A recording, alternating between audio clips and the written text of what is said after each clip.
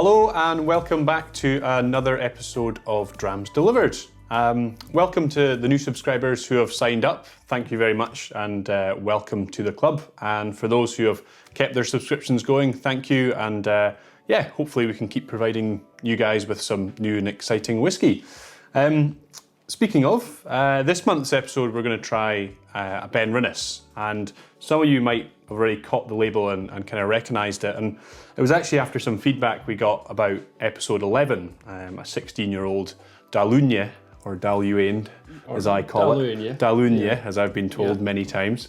And everyone seemed to love it, and it's part of Diageo's Flora and Fauna series. So we've actually looked through that series again and picked out Benrinnes 15-year-old for us to try. So Benrinnes is a really unusual distillery for a couple of reasons, but I'll maybe pass over to John to kind of start telling us about why it's so unusual. Yeah, so as Matt was saying, this is part of Diageo's Flora and Fauna range, and it's the only official bottle of Benrinnes that is available all the time. You will see it on the independent market quite a lot. It's quite a sought after single malt, and it has quite an unusual distillation sort of history. So this is the 15-year-old that we're going to be trying today. So what's in here dates back to about 2007 and before that. Now from 1974 till 2007, Benrinnes had, one of the most unusual distillation sort of techniques out there, on a par with Mortlach, if you like. So are you ready, Matthew? I am ready. I have got my mental notepad ready. So 6 stills at Benrinnes, 2 pairs of 3 stills, 1 wash still, 1 intermediary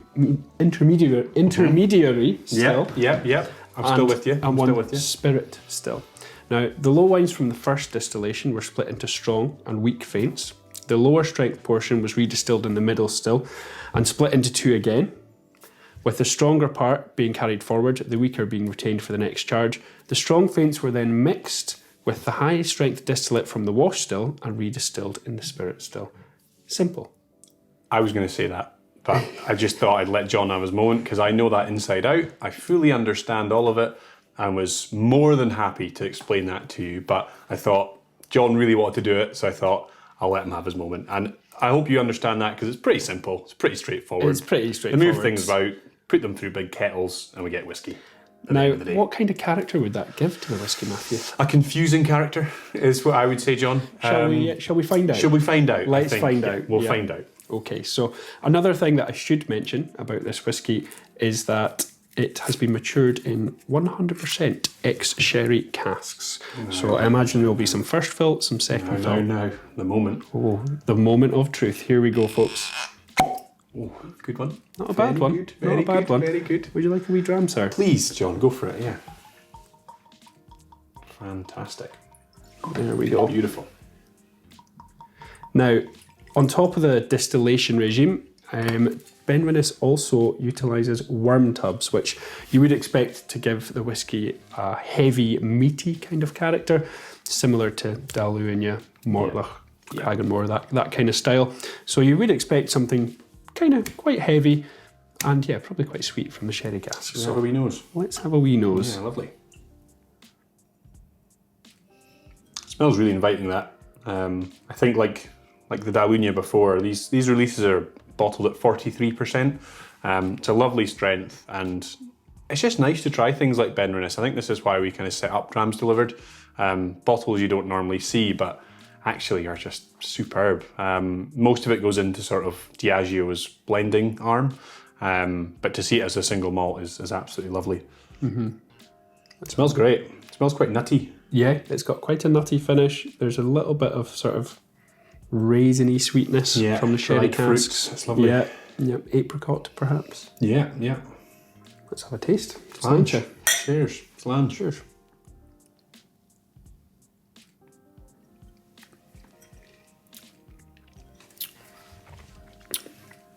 Yeah, very nice indeed. Very nice whiskey all round, I think. Yeah. I think that is just classic Speyside whiskey at a nice strength. Very inviting, nothing very too drinkable. harsh. Very drinkable. Quaffable, you could say.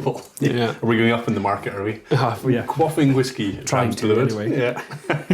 But you know, we were chatting about Benrinnes. It kind of jumped out to us on the list, but We actually have, neither of us have been to the distillery as such. No, so there is no visitor centre. You may get lucky if it's Spirit of Speyside Festival, they might run a special tour where you're able to tour it, but normally it's not open to visitors. But you have been to the Benrinnes sort of area. I've been to the Benrinnes area, yeah. So Benrinnes is a Corbett, which is a Scottish mountain that's not quite a Munro. I think it's between 2,500 feet and 2,999 feet. Anything over that classes as Munro. But I was there with my girlfriend Vary, and we just had an Airbnb. And we had a bit of a big night on the first night, as you often do on trips away.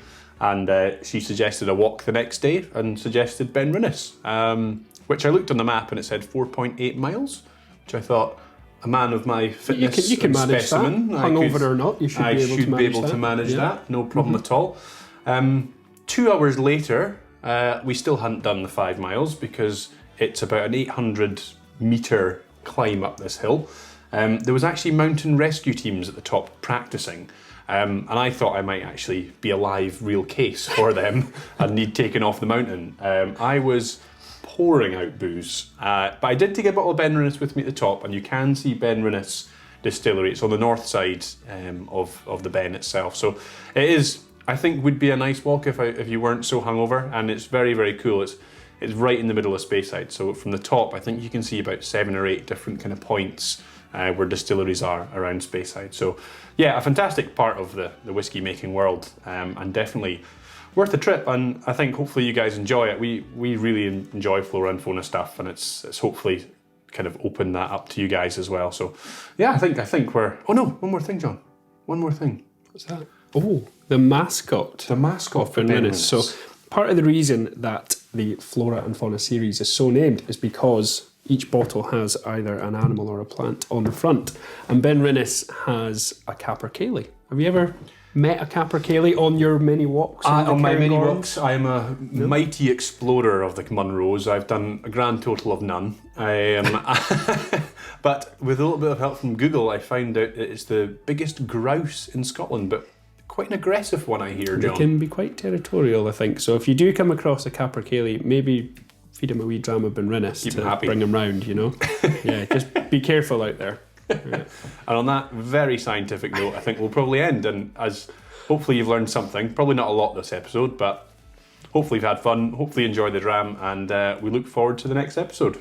Cheers. Sláinte. Cheers. Sláinte.